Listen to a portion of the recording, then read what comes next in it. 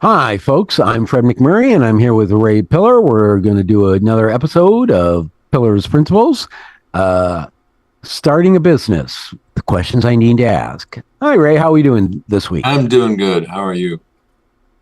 I'm still breathing, which makes me really happy. Praise the Lord. Friends have started calling me Grateful Fred because each day I am grateful to be alive. Yep. There's no future in the other way, but oh well. So we're on number 17 of our top 17 questions from Forbes magazine of questions you got to answer before you start your business. And today, number 17 is, when will I be ready to start? Now, that to me, that's a very nebulous question that's hard to define. So next week? No, that's this week now. When will I be ready to start? Oh, okay. Because I thought you were going to ask me a question about planning, looking ahead. We'll do that one next week. But first, let's figure out when we're going to be ready to start, and then we'll plan the start. Okay. So I would say you should be ready to start when you have all your ducks in a row. So you've already done a research on what you're going to do if you're going to start a business or buy a franchise. How is that going to look? In other words, if you're going to buy a franchise, then do you have your funding all lined up? And pretty much the franchise will dictate the date of your starting. So they'll say, okay, well, you need another 60 days. So at the end of the 60 days, then be your official start date. You will hand over a check for X amount of dollars and sign a stack of papers. So that would be your start date. Now, if you're starting on your own, your business, you could probably do it a little more gradually and have the business build up, but you still need a date in mind when you're going to actually hang your shingle out that says open for business. And then you need to make sure you are prepared, because you don't want to leave a bad taste in your potential customers' mouths by not being prepared. So as an example, if you're an automotive shop and someone says that wants to come in for an oil change, and you say, well, I don't have any employees right now to change your oil, it's going to look a little bad. So you need to be prepared, make sure you have your funding lined up. And as I've mentioned on the other show, Pillars of Franchising, make sure you have a little bit more than you think you need, because things like COVID happen, So you got to be prepared for those unforeseeable events that can happen that can really impact your business. So, all right. So understand that. I'm assuming with the franchise, obviously, there's agreements that need to be signed and they give you a start date. I'm assuming if the business is some type of professional service, like in a previous episode, we talked about tax accountants. So, or if you're a financial advisor, there's tests and certifications. So if you have certifications or licensing in your field, Yes, you need to be prepared, most definitely. Yeah. If you're an IT consultant, all you need to do is make sure that, down computers somewhere so you can go fix them and people pay you. And if you're a large cybersecurity company that kills 1 billion computers, you have really good insurance, but we won't go. You're not talking about the recent event with Microsoft, are you? Well, yeah, but it really wasn't them. It was the cybersecurity company that screwed up. Yeah. That's been a fun discussion topic later. I've noticed as we've launched the KPHRED radio station, many of the new show hosts, they really want to get started, and they've had to push back because they had some unrealistic deadlines that they set. And so that seems to be where you're going, of make sure you've got realistic deadlines before you start. Although Yes. my thought is if you're not working anyways, then you're really kind of on for somebody else. You've really kind of started the job. Yeah. Yeah. Like I say, one of the things I did when I started this franchise was I hired a manager right from the get-go. And I don't pretend to be an expertise in managing the kind of employee which I had planned on hiring.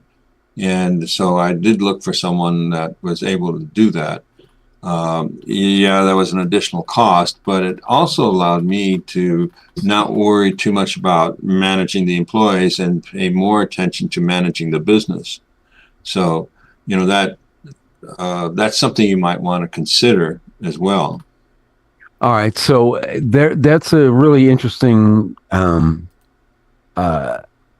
divide, so to speak, because I know when I first started my first tech company, it was pretty much just me and doing IT consulting. So since it was all skill based, I didn't need to hire anybody. But if I were doing a larger company where I wasn't just a solopreneur, then then we start to run into what you're talking about is the management and then the C word that Ray likes to use, culture. And Yes. so as a quick thing of you've started your business, and we'll get deeper in this in a later topic, but as a slight preview, how do you start to build that culture when you start Well, here again, that depends on the people you hire, and the people you hire starts with, like I said, I hired a manager. I made sure. Let me put it this way: the first manager I hired did not work out because that person was not doing what I thought was the right thing to do with the other employees, and that person was swearing at them, and that's not a good way to to start a relationship, with your employees. So that person was fired, and we hired someone. I hired someone else to take that position. I thought it was critical to find the right person, because that's going to set the tone for your company going forward. To make sure that the culture that you have is, I think especially in this business that I'm doing, you need to have your employees happy, because that happiness will transcend to your clients.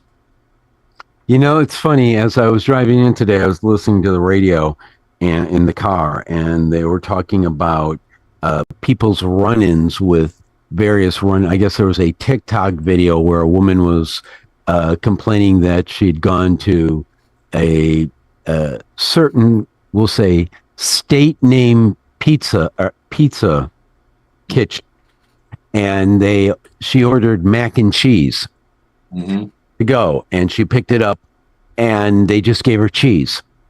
And when she called in to complain about it, they told her, well, you didn't order it right. You should have ordered a side of macaroni along with the cheese. And it was like, mac and cheese. How do you? And yeah, if you say it. And I guess she was told this by two employees, and I get the company, I guess, is now giving the woman a year's worth of mac and cheese without having to order it separately. But that's literally what you're kind of talking about, you need to make sure you got the right people hired, because if you don't, it will impact your client or your customer experience. Precisely. And especially when you're hiring managerial people, they will affect how the culture is propagated through time as you move forward. And of course, that same culture affects your clients and affects your business. So All right. In later episodes, we're going to dig deeper into how to hire and how to fire employees. But I want to wrap this topic up of when will I be ready to start? And I got one kind of last question about it is, going into business for yourself is causes a whole lot of anxiety for a whole lot of people. Yes. And because they're doing something they've never done before. So, when does somebody, I guess you could hire, when does somebody bring on a mentor or I guess a coach? Although I never brought on a coach. I've always found mentors. Well, I can see where a mentor would certainly alleviate some anxiety you may have. But I think what's especially important with a franchise is that you have other franchise owners who can act as mentors. So you look at how long they've been in business and what they're doing. And in my case, I think I have maybe 300 other franchises I could call up. If I call up someone and I say, have you done this, this, and this before? And if so, how did that work? They say, well, I'm not the expert in that, but so-and-so in another state has done that. And so you have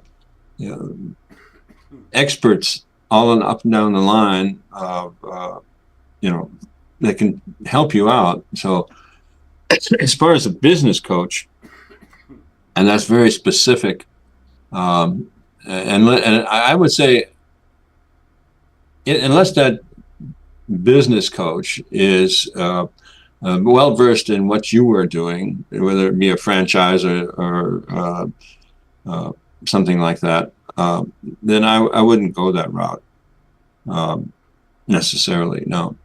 But one of the things that we talked a little bit earlier about, you started your business. You were the business, okay? Right. And I never thought of myself as being the person going out and doing the jobs that my employees do.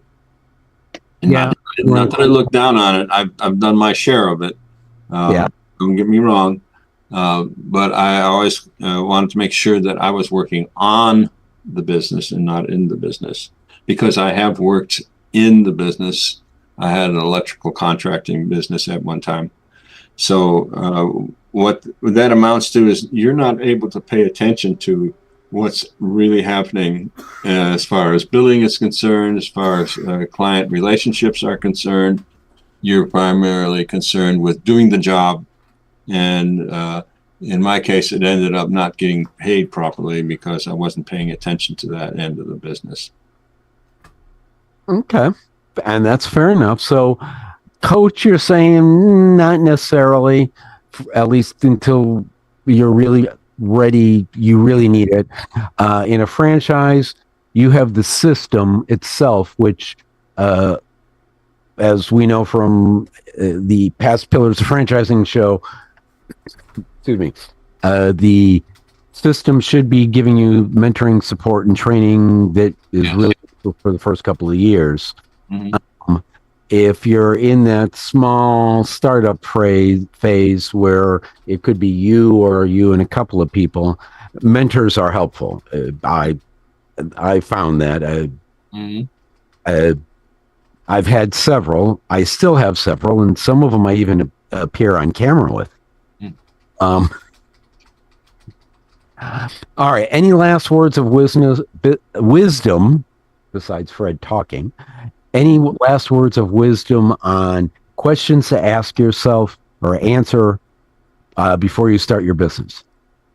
Well, my favorite is begin with the end in mind. Stephen Covey. Yeah. If I did that, I don't know if I'd get anything started, but that's okay. Sometimes it's kind of like, you start out and you find yourself in the middle of a business you had no clue was going to happen. And that's Yeah. all right, folks. We'll be back next week with another episode of Pillar's Principles: How to Be Successful in Business with Ray Pillar and Fred McMurray. And hopefully Jim Trelevin will be back. That'd be great. Bye, all. Bye.